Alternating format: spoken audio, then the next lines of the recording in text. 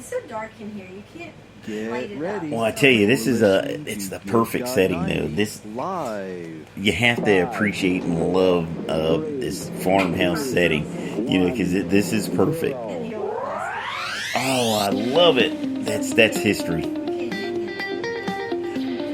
it. Wow, I never. You know what I mean? Gotcha. Well, I tell you what, though, they have character, and it's just beautiful, beautiful. Love it. Of course, I'm a bald-headed guy, so you're probably gonna have a glare here. That's okay. So am Oh yeah, you're right. You're right. I. Are you ready?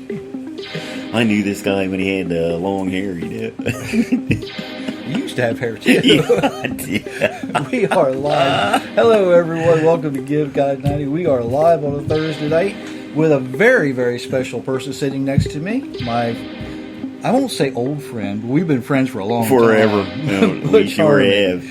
And We're he's- working on almost 50 years. Yeah.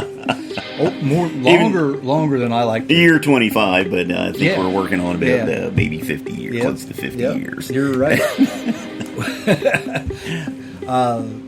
Certainly appreciate everybody joining us this evening. And that's you. Typically, Meyer's sitting next to me, but this evening, Butch is, because we're going to talk about something that we're going to get into in a minute. Before we do that, let me remind everybody, while more folks are joining, that we are. I forgot to turn that off. That we are on. Let's see, what are we on? We're on the website at GiveGod90.com. We've got the Facebook page at GiveGod90. We are on YouTube. We are on just about every podcast outlet there is out there, so you can find us and follow us.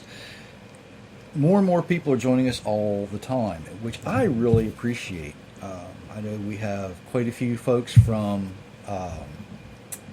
Uganda listen, probably because it's middle of the night there now. Okay. Right? So they'll pick up tomorrow, and they like it. I have people listening in Ukraine, and there's places that I can't say where people are listening to this, because if that got out, they wouldn't be able to anymore.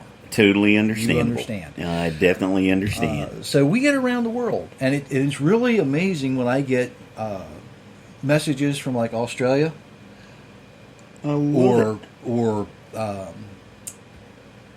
Chile. I had one from Chile. I'm like, how did you people find us in Chile? I tell you. But as the Spirit leads, right? And God is definitely working. Thank God for the modern technology and the ability to reach those who might not have that opportunity ever. So this is it's a beautiful thing. It's great. Absolutely. It's like Wes just joined us on Facebook, and he's up in New York, I believe. Outstanding. So we get around. We get around. It's it's not your local radio station anymore. Well, I tell you, that is it's a beautiful thing, and being able to reach out and touch people all over the world, literally all over the world. It's a beautiful thing, because there's so many other media outlets there, projecting just absolutely negative untruths. Things you could that you'd rather not watch, but you really have no choice. This is a beautiful thing. What you all are doing is just amazing, and I certainly do appreciate it, and I know many other folks out there do as well. Yeah, good. We try. When I heard you actually on a local radio station, there's Jay just joined us. Something you said caught my attention, and it's like, you know what? I need to have you talk about that. And as we lead up to that, one of the old sayings is, "Those who don't know history are doomed to repeat it." Right? That's so true. That's not actually what he said. The fellow that made that quote was George Santayana. And what he actually said was, those who cannot remember the past are condemned to repeat it. And that makes great sense. He's spot on. He He's is spot absolutely on. spot on. And one of the things that, as I was doing some research, I came across a couple of articles, and there was a paper written in 2001 by a guy named Stephen Humphreys, and he said, "Memory floats in the mind, but it is fixed and secured by objects. Collective memories, the memories generated and shared by a society, are anchored in the products of culture. These products may well be works of nature, like a sacred mountain. Yes, You know, we have Mount Sinai, right? so true.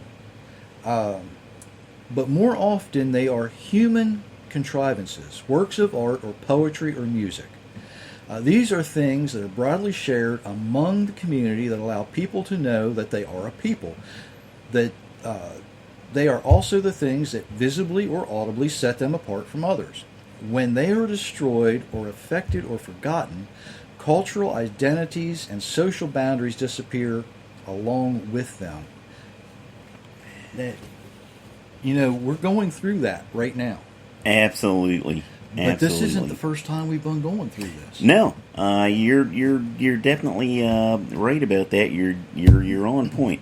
You know, we look at the time we're living in right now, especially here in the U.S. and in the major cities. You know, with the rioting and the protests. Mm-hmm. You know, a lot of folks have never really, because they haven't been privy to history, they don't know that these are things that have happened many times through time. Absolutely. And history does repeat itself if you allow it to. Mm-hmm. I tell you, it's you and I, you know, we were really blessed, I think, because we grew up, you know, during a time where we really didn't discuss the tensions dealing with racial and economic Right. issues. Of course, the issues are there, Mm-hmm. you know, but you know, we worked hard. You Right. know, we were, you know, our parents were farmers, you know, so we really didn't have time to join the social movements because, you know, like we had talked about earlier, you had hay to bale and Right. and I had a field or two to plow for my dad, you know, so that Uh-huh. he could get the corn and the soybeans planted, Yeah. things like that. And we just didn't have that time to For participate. for the folks who might be interested, you and I were born the same year Right. in the same hospital. Yes. Not on the same day. We're a couple months apart. Went to the same. You went to I think you went to Lewis I Middle did School, right? Rehoboth. You went to Actually, Rehoboth. did Rehoboth. But when yeah. we got to high school, we were there. That's right. So we grew up at a time, and you're right. We are blessed. Truly. And the people that came out of that particular high school at that particular time, and the couple of years surrounding that, we have really made a huge impact on society one way or another. Well, And I've seen this in other locations in different years. So, you know, I kind of think that it happens that way, kind of on purpose a little bit. I have to believe so as well. I definitely do. You know, I believe that God has a plan, and you know, I always wish that, say, when I reached a certain age, you know, like maybe 13, there would have been a book laid in front of me saying, "Okay, Butch, on this day, you know, you're going to go through this. You know, in 1995, you're going to be married." And a couple of years later, you'll have a child, you know, things like that. But it doesn't work that way. It doesn't work that Yeah, way. it doesn't It's work up, that way. It's up to us to deal with it. Now, I grew up on a small farm just outside of the Lewis city limits. You grew up on a small farm just outside of Rehoboth city limits. Right. Is there 5 miles between us? You know, I think there's about 5 or 6 miles. I have to remember, you know, in the area we live, you know, about every 7 miles there was a train refilling, you know, what was it, the water refilling water tanks, station yeah. for the water tanks on the trains. So we're probably right in the middle of that, about 6 miles, 5, Probably. 6 miles, something Probably like somewhere that. in there. Yeah. I can bicycle, from the trail in Rehoboth to your farm. Oh yeah. Yeah, and never see a vehicle. Right, right. Now, for the folks listening on the podcast alone, we probably ought to let them in on one little secret that the people on Facebook can see. Yeah, I happen to grow up white. You happen to grow up black. right. So, it's not like we're exactly the same, but we're pretty close. And what's really cool is you grew up with hair, and I grew up with hair, and now I'm still black and you're still white, but we're both not having much hair anymore.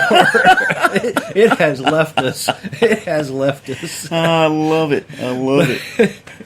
But it's amazing that we have gone through all these things, and we realize, I guess we must have had some pretty good teachers, because we're intelligent enough to realize. Sean says hello, by the way. Sean Greeno says hello. Oh, all right. Hey, Sean. But we're intelligent enough to realize there's some things that are pretty important out there. So true. And one of the things I looked up, and I found this from the British Council by Stephen Stenning, and he asked the question, why should we protect cultural heritage?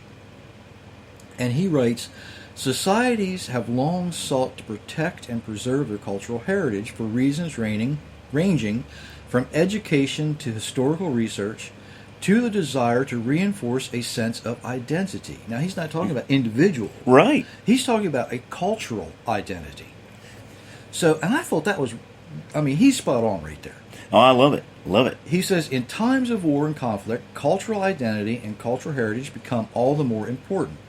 Buildings, monuments, and symbols of cultures that speak of shared roots acquire an increased significance. Accordingly, they can become targets of violent and oppressive action that seeks to destroy the symbols valued by enemies or iconography associated with alternative faiths and traditions. We're seeing that.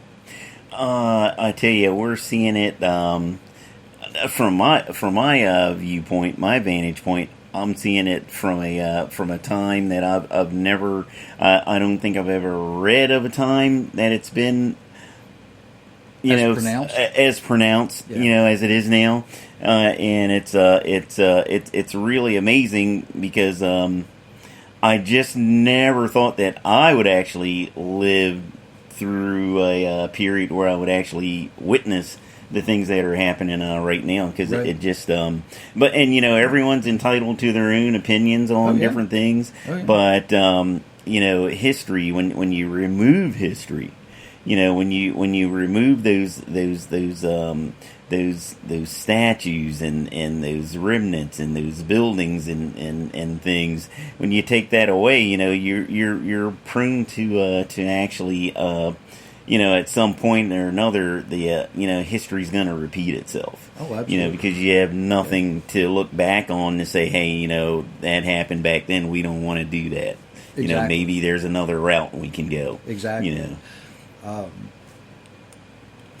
When here in Sussex County, we just removed the whipping post from the city of Georgetown, which is the county seat. Yes. Now, it was moved there. It originally was out at the Sussex Correction Institute, which is the Sussex County Prison. Right. And after they had stopped using it, the warden at the time said, we don't need this anymore, but it really should be preserved. Who would, is there something we can do with it? I tell you, Jerry, I'm in total agreement. And it really saddened me when they removed it, because I think that that can be awe-inspiring to make you want to do the right thing when you see that, and if you have the least amount of intellect, you can look at that whipping post and you can say there was a time, when the innocent, the guilty, the whoever, you could have very well been strapped to that thing. You could have been innocent, or you may have been guilty, and received the lashings. Right. And I've walked past that I walked past it many times, but I didn't even realize it was actually there until one day, I was actually on my way to court. Well, I wasn't on my way to court. I was on my way to a lawyer that had been recommended to me, to help me out with something that I had to take care of because I was an innocent guy, and I wanted to prove my innocence. But, God led me on this path, to get to the law office. I had to actually walk past that post. And when I saw the post, it inspired me to ensure that people heard my how do I want to say it? They actually heard my cry, my plea, my whatever. I wanted folks to know that I'm an innocent guy too, and I don't deserve that. If you don't see things like that to inspire you, you may just walk around looking at your shoelaces, with your head down, pointed at the ground, and that was inspiring to me. It made me want to fight to do the right thing and to let folks know, hey, look, this is not right. And you were actually one of the very few, black or white, people who said, no, you know what, that needs to stay because that is part of culture. Oh yeah, and just as the gentleman I just quoted said, without that identity, that's right, we lose everything. And I tell you, I totally enjoy being in my brown, black, whatever we're calling it these days, skin. I love who I am. I'm no supermodel or anything, but I love me. And I can tell you, one of the things I love doing, and I've done it numerous times, as a matter of fact, it's time to revisit it. I love going to Gettysburg, Pennsylvania. And because I'm military profession by trade anyway, but I love looking at the artifacts. I like looking at the monuments. I like I get very inspired when I'm up in Gettysburg and I'm actually at the when I try to take the tour, around and follow the battle as they were happening and try to envision it in my mind how things were occurring. And certain points there, you have Confederate statues, you've got Union statues and monuments. But when I get to that to the African American freed farmer whose property a lot of the battle was fought on, it's very inspiring because we're talking the 1860s. He's a freed black man. That's his farm, and the battle is raging to free other folks that look just like him. And economic, the various economic issues that went along with that battle, and that's I wish other folks would could maybe witness that, maybe take those tours and just view history, and try to get have their own, maybe their own conceived idea of the actual the events, because that's a remarkable turning point in history. It really is, and there's a whole lot more to that conflict, right, than simply Lincoln freed the slaves. Yeah, exactly right. And it looking at history, and researching it for myself, and not listening and not taking for a word what people are telling me, but going out and exploring it for myself, and researching myself. It just it gives you such a sense of pride and a sense of being that you really literally appreciate everything, right?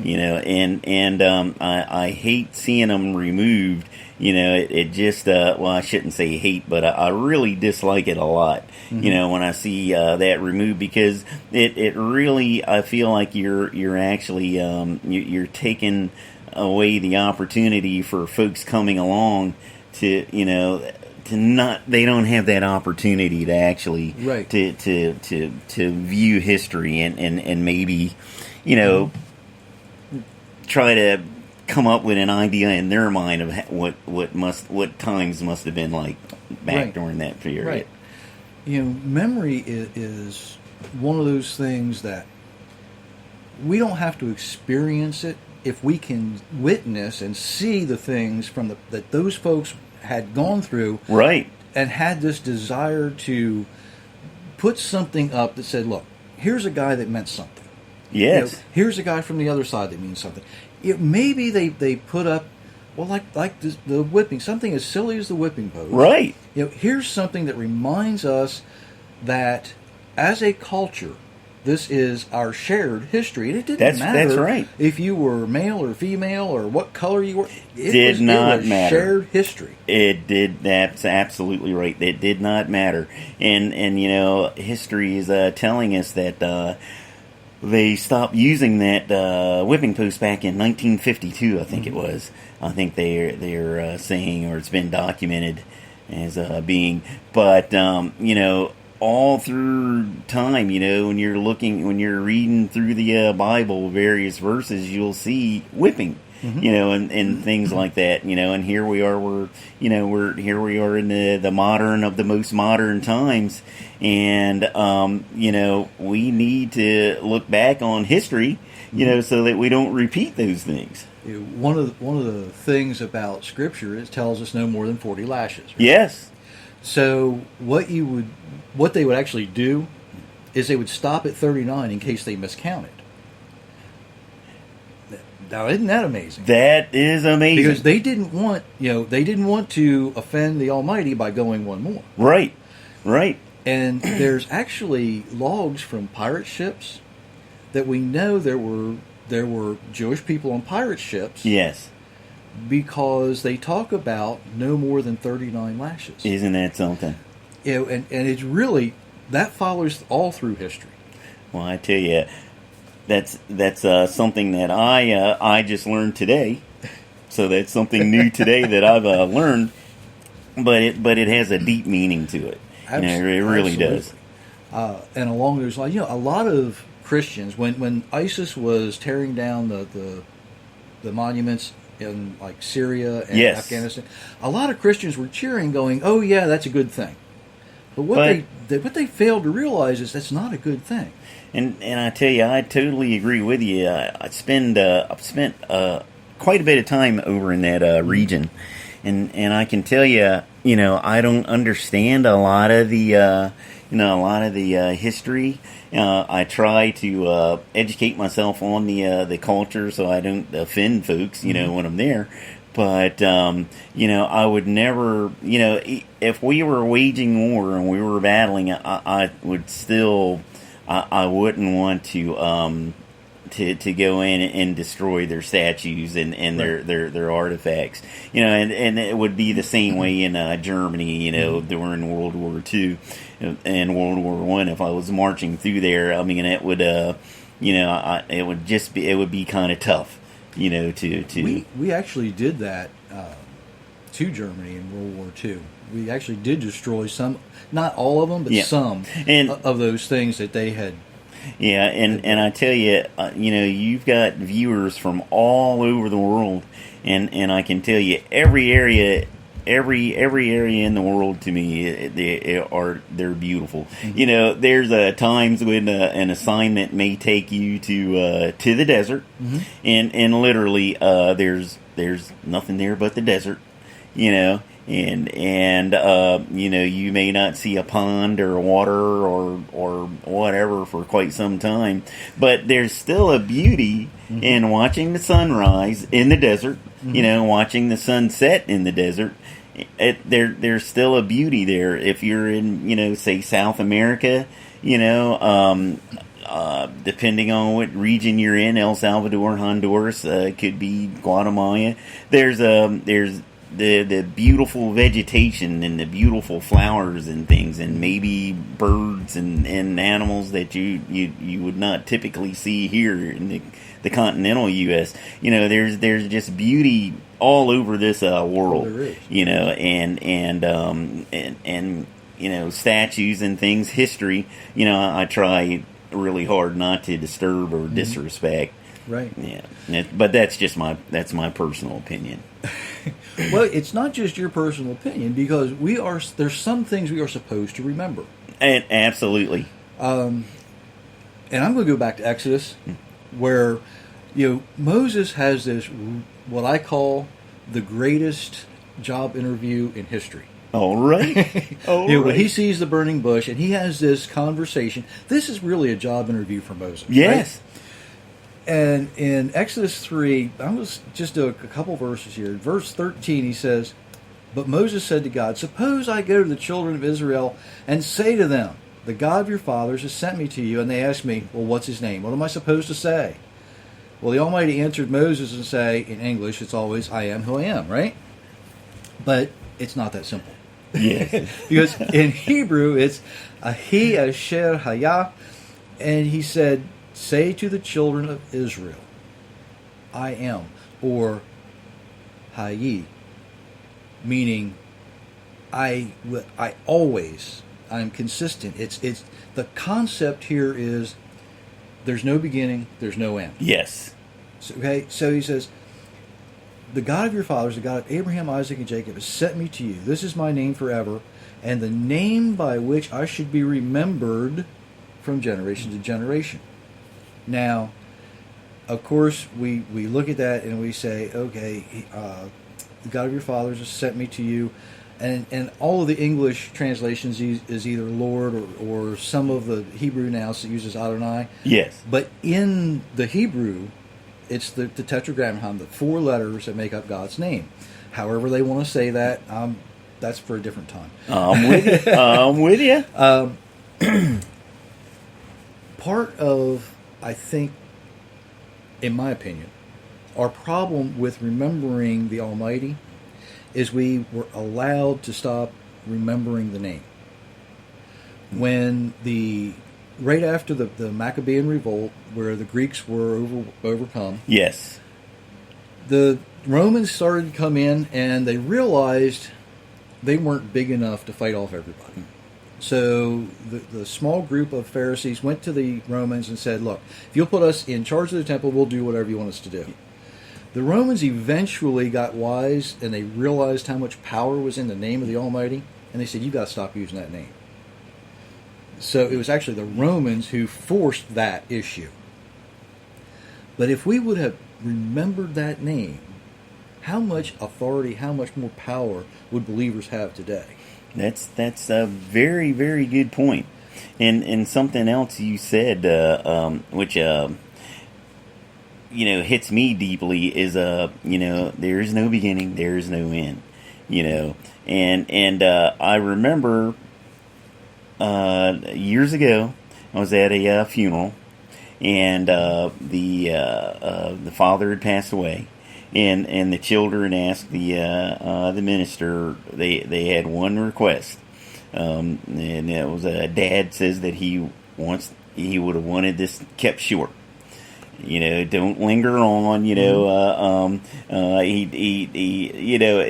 kind of jokingly they said he wasn't much into saving many souls, but he also wanted to keep it short. So the minister took that. And what a great guy, because it was really awe-inspiring the way he said it. He says, you're on this earth for 3 days, and you probably heard this yourself. The first day and the last day, you don't have a choice. If you're living your life the way God had intended it, you don't have a choice in the first day and the day, in the last day. But that day in between is all your life, everything rolled up into one. You have that choice. You have a choice, and you can live your life. You live your life. If you want to make life hard, it'll be hard on you. But if you choose to make it easy, you'll have a easy and fulfilling life. Absolutely. That when you'd mentioned there is no beginning and there is no end, I immediately thought about that. So it's very touching there, very, very touching. Good. Well, we often think about how do we remember something, and the first time remember actually is emphasized in Scripture is in Genesis chapter 6, where it says God remembered Noah. And it always struck me, how in the world could God forget? No, he just spent a year telling, showing him how to build this ark. All right, yes. And he spent another year. But he remembered him?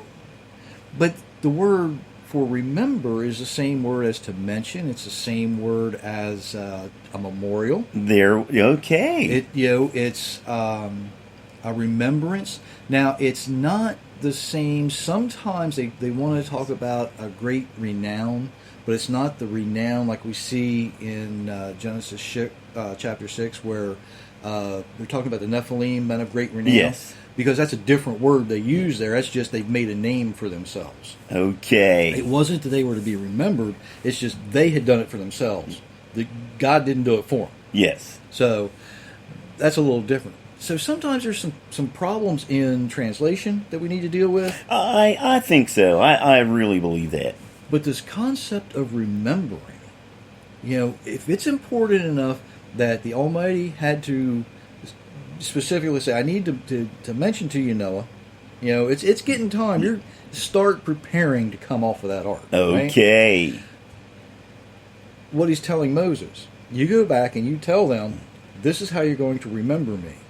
Because he knew he wasn't always going to be in direct contact with the people. Right? All right. Because he knew they were going to say, we're going to forget about you for a while. Yes.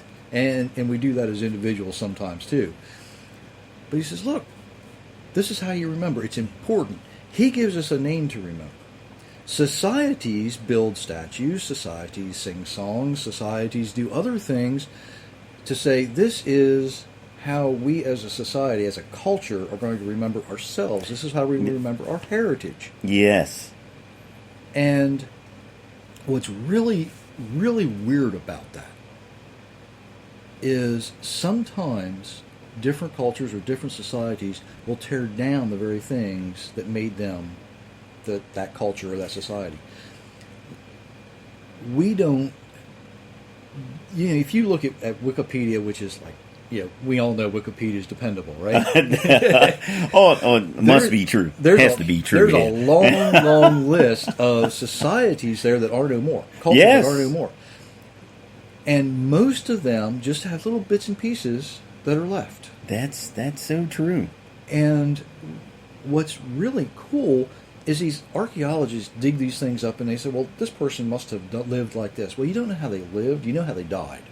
Right. And if they died without having anything to remember their culture, who destroyed it? Typically, it was themselves. Okay. And as we continue to destroy our own culture, then we're going to be the ones condemned to repeat this. And that's the part that worries me. Not so much for myself, but for the generations to follow. Mm-hmm. To me it's important to remember where you come from. Absolutely. And it sure will help you moving forward. Absolutely. I'm just a firm believer that, and the older you get, I don't know about you, but I know for me for sure, I like building memories. Mm-hmm. Of the finer things, and appreciating, it's like with your photography, you've taken some really awe-inspiring photographs of simple things such as a bee, perhaps pollinating a flower or something, and those things are those are beautiful memories to store in the old memory bank, and I admit, I'm a low tech guy with a hard drive that's not doesn't really retain a whole lot, Mm-hmm. but I try to utilize the time because time's important. Mm-hmm. And you can't get time back, once, the time spending with you, this is a beautiful time. I've had an opportunity to spend time with friends. This is time that I can't get back, but the choice was a worthwhile choice being with friends, mm-hmm. and so building memories is important. And at some point, there may be a low point in your life. There may even be a high point. You'll want to call on those memories, mm-hmm. And it's nice to have something to call on Right. upon, or on to. A couple years ago, I did a series about time. and how time is actually your most valuable asset. Absolutely. You know, when it comes to money, people think about assets being finances, right? Well, you know, when you need more money, you can always go work another job. You or can do that. You know, you can borrow some if you have to. That's right. I hate to say it, but you know, beg, borrow, or steal. Right. You know, if you're really needy, you might have to pay something back later, a little more than what you bargained for. But yeah, you can do Right. that. You can't borrow time. You can't steal time. And That's you can't right. beg for time. By gosh, that's the So truth. it really is your most valuable asset. Yeah, time. Time is. I like to say, time is something that you can't get back, and I like to use time management. You know, and you know, spend your time wisely. The military folks, you know, especially in Delaware, they have a saying that just it's really worthwhile, especially if you're one who loves doing your own fruits and things. They use this term: "Is the juice really worth the squeeze?" You know, or you know, the time you're applying to that, could you have maybe better spent that time doing Right. something else? Right. And that's definitely that. You want to utilize your time, you know, in a mindful fashion that allows you to build some beautiful memories. Yeah, You know? absolutely. But you know, some of these memorials, like the Whipping Post, is not always a beautiful memory. Oh yeah, But it's there to remind you. You And know it- what? Don't do what you're thinking about doing exactly. It to will wind up here. It will inspire you. You know, not too far from here is you know, the old railroad track. Uh-huh. You know, and you know, that track was guided, and as long as you stayed on the track, you're rolling right along, and you will meet a destination that yields positive results. But if you stray off of that track, either way. You know, you stray off that track, you know, you're stranded out there, and that's not a good time. You know, a train that doesn't have a track is absolutely useless. That's so true. That's so true. You know, so yeah, absolutely. I'm sure you remember. I think it was the Clinton administration where they talked about, you know, their strength in diversity. Yes. But now, it seems that there's some folks out there that want to weaken that strength and diversity, because what they're trying to do is tell us diversity is not a good thing. And I tell you, it really gets me. My hobby, you know, I'm not much of a photographer, and I'm not much of a, you know, I'm not a very good carpenter, and when it comes to surfing the internet and things, I'm not very good at that. But one thing I love to do, you know, automobiles and building things with metal and things, you know, and engines and things, you know, I'm a tinkerer. Those are things that I love. And that, you know, those are passions and things that I enjoy, and it just helps me as we're building the memories and things, you know. I love that stuff. Yeah. It's getting a little later. I try not to go this long, but you know, this is just, for me, fun. Oh, me as well. Me as well. You know, my only problem is what is it? I often say I'm a pontificator. I guess it would be. Okay. I love talking, and you know, sometimes I need, you know, you got to give me a timeout. Whenever you know, if I give a speech, you know, I have to have someone. I try to keep someone out there in the audience to give me a little sign, you know, because please don't tell me to be there for 5 minutes, because it's probably going to be 10 Right. for sure. Oh, yeah. You know. Yeah. Yep. Something along these lines that I wanted to hit on was from a guy named Richard Pratt. He was a general in the Union Army Okay. in the 1880s. He made the statement one time about kill the Indian and save the man, but that's really out of context. He's actually credited by Oxford English Dictionary as being the first person to use the word racism. Wow. And he was actually talking about Native Americans. Yep. And we know that this is out of context, because what he actually did was he talked the Army into giving him an old fort in Carlisle, Pennsylvania, and he actually built a school for the Indians up there. Wow. Amazing. And he was kind of an amazing man. He lived at a time where it was very, well, right after the Civil War. Okay. You know, very. Well, what's a good, not conflicted time, but there were problems. Right. Kind of like today. Oh, absolutely. And he has a quote that I really like, and it says, "Segregating any class or race of people apart from the rest of the people kills the progress of the segregated people or makes their growth very slow. Association of races and classes is necessary to destroy racism and classism." And you know that is it's a very deep meaning, and you know, and I'd strayed off on a tangent earlier, you know, talking about my passion for building things and cars and things. But what I wanted to add to that was, you know, I visit a lot of racetracks. Okay. You know, because that those are the things I like. You know, that's a passion for me. And the one thing I always, you know, that just fills my heart with joy is when I, you know, go to a local racetrack in any area all over the country.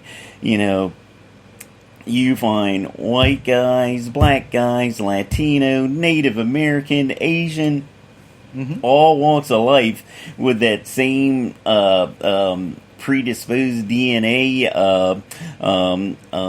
chip there, maybe we could call it, of a whole bunch of guys and gals that like to tinker and play with things. Yep. And we all wind up in the same area, you know, and you can't find a much more diverse area than hanging out at the racetrack, and I get so much joy out of that, you know, and you know, you park next to a guy that you probably have never seen before, but you know, after about 15 minutes, and you all have the same passion, you're like the best of buds, you know. Right. Yeah, I like to say that the Almighty builds skills into people. Yes.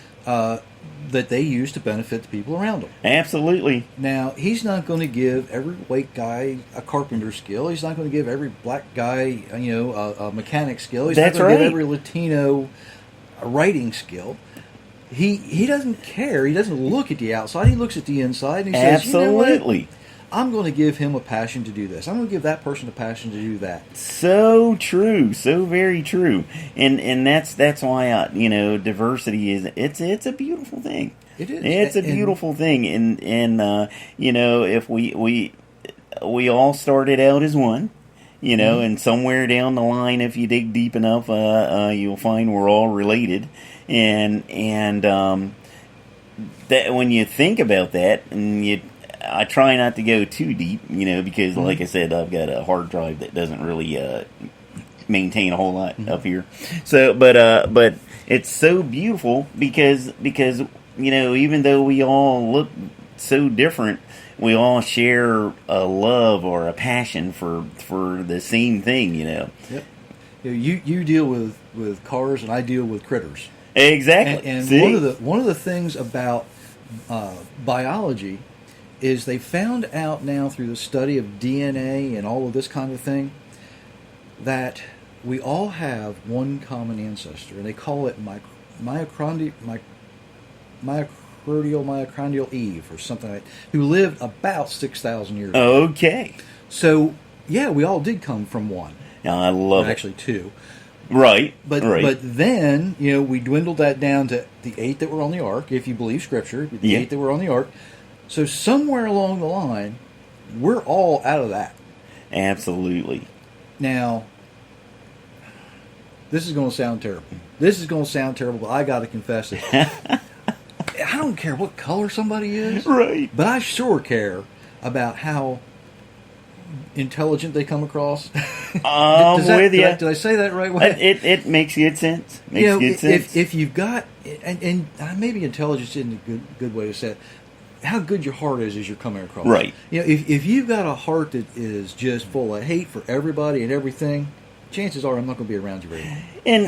And you know, that's pretty much the way I am, and you know, that's the one thing you definitely have to I definitely commend God on, because he could take a man's best friend You know, it doesn't matter which breed it is, but you know, they can tell, you know, whether or not a person's heart is right or not. Absolutely. You know, and they'll let you know and alert you. You know, and so yeah, I feel the same way. Yeah, I definitely feel the same way. And unfortunately, we are dealing with people who they hate life. They And- really do. Which is really, really sad because, you know, yeah, I pray all through the day, a little quick prayer here or there, whatever. Basically, I'm talking to God. You know, and I do that a lot, and I know many other folks out there do that as well. But I always, you know, like at the end of the day, I'll thank God for the day, thank Him for the days past, and then you know I'll go out there and I'll thank Him for the days to come. You know, because I hope to live another day, and if not, well then you know that's the life Then cycle. it's somebody else's But I problem. do thank Him for the day to come. You know, someone else to get to enjoy it, if not me. But you know, living here, you know, this is such a blessing to live here in the United States. And you know, just like going all over the world and really admiring the various atmospheres, the landscape, you know, the people, you know, here, this is such a beautiful country and it has so much to offer. You know, it's hard for me to wake up or go through the day with a bad attitude. It's tough because there's so much positive here, you know, that I just don't. It's hard for me to understand how people could be so upset about various things. You know, if I see something that you know that I don't like, and I hate using the word offends me. If I see something like that, and I'm picking up a vibe that's not something I'm comfortable with, I look the other way, or I do something else. You know, I'm not going to stand there waiting for a train wreck, you know, to happen. I'm going to do something else because there again, going back to time management, do I want to give up 30 seconds or 1 minute of my life that I'll never get back doing something that I know that I'm not happy with, or would I rather just view my options somewhere else, you know? Absolutely. Because when you get right down to it, chances are you're not going to do anything beneficial for that person in that situation anyway. That's correct. Yeah, so maybe you'll come across them later, maybe not. Yep. Well, But I can. if they witness you, you know, not giving that attitude the time of day, Yes. maybe it'll make them think. Well, I can tell you, my views on life have not changed ever. I am a firm believer that all lives matter. You know, all lives matter, and you know, I shouldn't even have to say it. You know, you should be able to look at me, converse with me, and know that I mean you no ill will, you know, or no harm, you know, because I will lend you a hand if possible, or do whatever I can to help you out, you know, and that, you know, when you can foster a climate like that, I think it makes life so much easier and so much better to live. Oh, you yeah. know. Absolutely. Absolutely. But yeah, we all of us matter, you know, and if we can help each other, let's help each other. Yep. You know. Absolutely. You know, it's not up to us to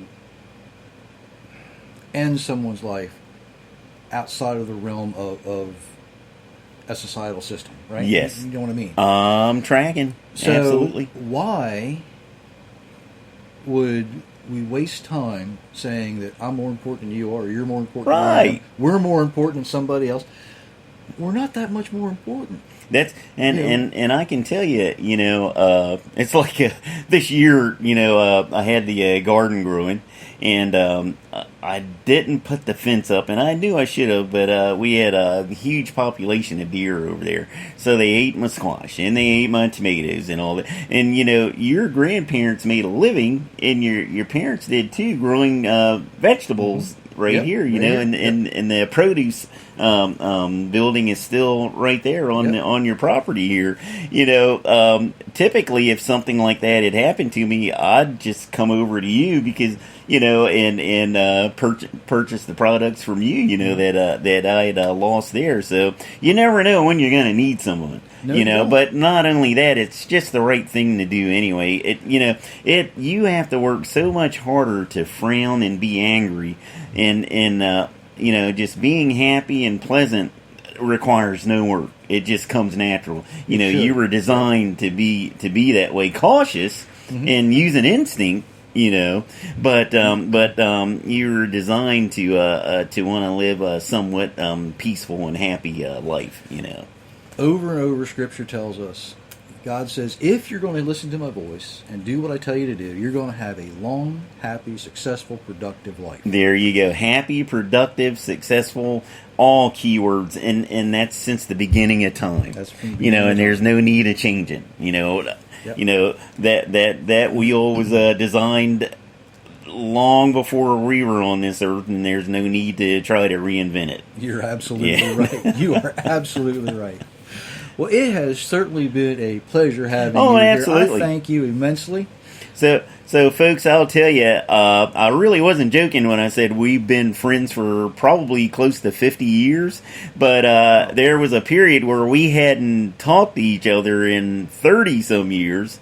But we spent about 15 minutes together, and we were right back to where we picked up, or where we had left off. I meant to look for it today, but I couldn't. I didn't take time to go find it somewhere in my boxes of stuff. Right. I have a picture of our graduation. Oh, yes. Yeah. And in that picture, it was you and I shaking hands because I don't remember whether you were up to get your diploma and I was coming down, or whether I was going up to get a diploma and you were coming down. But as we passed each other, we shook hands and somebody got a picture of that. I tell you, that's a beautiful thing. And, like I said earlier, we both had hair back both had then, hair. which I actually had to shave all that off a few days later because I wound up going to boot camp at Paris Island for the Marine Corps.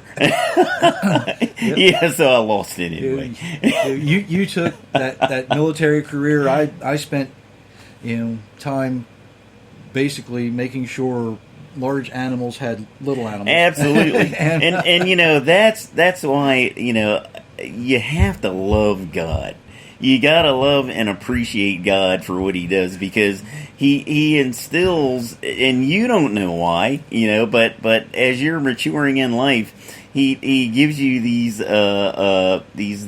little these internal things that create your personality, and before you know it, especially say when you're a teenager and you're trying to discover and you want to conquer everything out there is to conquer, you don't realize that there's already been a predetermined love and passion and feeling for what you do, and Right. once you're into it and you're doing it, you don't even realize that God led you that way until maybe later on in life, Right. When you're like, wow, I was meant to do this, and that was the same way with the military, because honestly, I never thought that I would spend 38 years in the as a in the military, and it's been beautiful, an awesome ride, but I had this plan, in middle school and then all through high school, that I would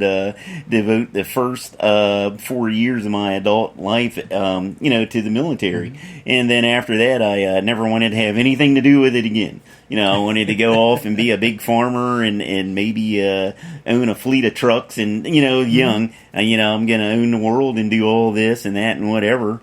And then the drought came of '86, so I had to actually go to school and then get a job. But I tell you, you just never know. But I tell you, I wouldn't have traded this for anything in the world. You're a protector and a caregiver of animals. I love to be a protector and a caregiver of the whatevers too. You handle the snakes, and I do much better with people. Yeah. Yeah. There's Robin jumped in. A very good friend of mine in Indiana just retired from Indiana Guard as a first sergeant. Awesome. And, Awesome. Well, I tell you, it's a worthwhile. It's a beautiful position. You know, I love mentoring and interacting with people. You know, people fascinate me. You know, and the young minds really, you know, that's so cool because, you know, I look back and, you know, and I know you do too. You know, it feels like only yesterday we were 18 years old. And when I see these 18-year-olds, I want to set them, each and every one of them, I want to set them up for success. You know, I want them to be successful. I want them to be better than I was. Yep. You know, that's the goal. You know, and it's sometimes very, very difficult to take an 18-year-old as hard-headed as we were. Oh, yeah. And tell them, you know, we've been doing this for a long time. Just trust me, do it my way. Well, you know, we both have kids, and I tell you, it's so much fun. You know, watching them because they, you know, they want to be. They're not rebellious. I guess that's probably a poor choice of words, but they've got their own ideas on how to achieve. We're both reaching the same goal line, but they have a different direction they may want to take there. And that's always fun. Maybe some one of these days we'll have to talk about that. You know, Yep. Yeah, and it never bothered me that much when the kids wanted to do things their own way. Right.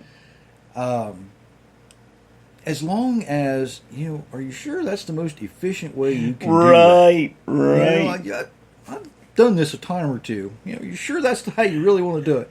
Now, I have to be very careful with that with the son now because, you know, he is actually a heavy equipment mechanic. Okay. And he works in a mine in Colorado. All right. So when he's Yes, around, God bless him. and he's doing mechanic work, I just kind of step back and say, "You went to school for this." I love it. I love it. I tell you, it's like my two boys. You know, they you know, one is an educator. You know, and loves mentoring the children and things, and the other he's an all out outdoorsman. You know, he's going to be an electrician. He's going to be the lumberjack. He does all that stuff. You know, and it's just fun watching him. But I tell you, and then I'll have to I'll close because I keep talking. You know, I'll just talk on and on. I still remember. You know, being at the hospital. You know, when his wife or when his mother told me she was pregnant. You know, I was actually in Germany is when I got the call, and then you know months later. You know, everything leading up to the pregnancy, and then he was born. I'm right there in the room when he was born, and I still remember that day, the last day in the hospital, and when the nurse handed him to me, and I was like, oh my God, what am I gonna do with this thing? You know, in my mind, I was like, it's got a heartbeat, and I've got a. I was like, oh Lord, please. I said, there's going to be at least 18 years of this.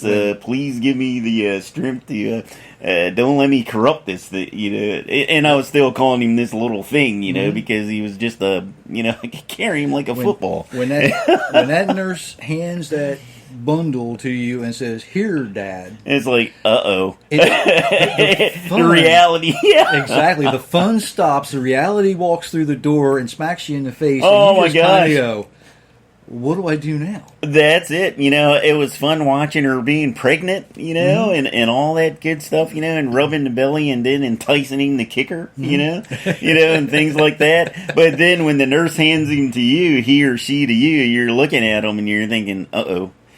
Wow. But I tell you what, you gotta love God for putting you through those challenges. Well, it's beautiful. My saying is that God has a very British sense of humor. I love it. Because love it. if you watch the old British comedy shows, yeah, that's God. I mean, he's full of satire and sarcasm. That's it. That's it. And I tell you, at the end of the day, it's beautiful. You know, if you make it positive, successful, you know, and it's just beautiful. It really is.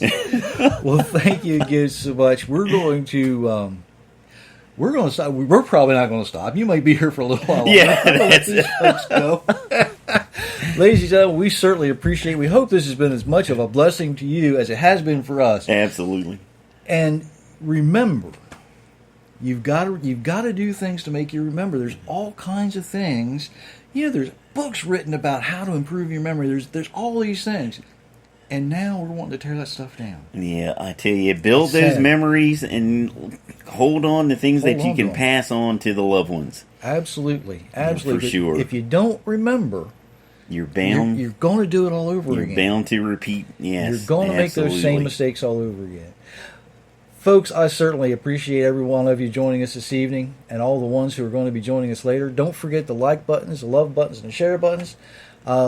Get this stuff out there because people need to know. Until next week, have a very blessed week. Thank you, everyone.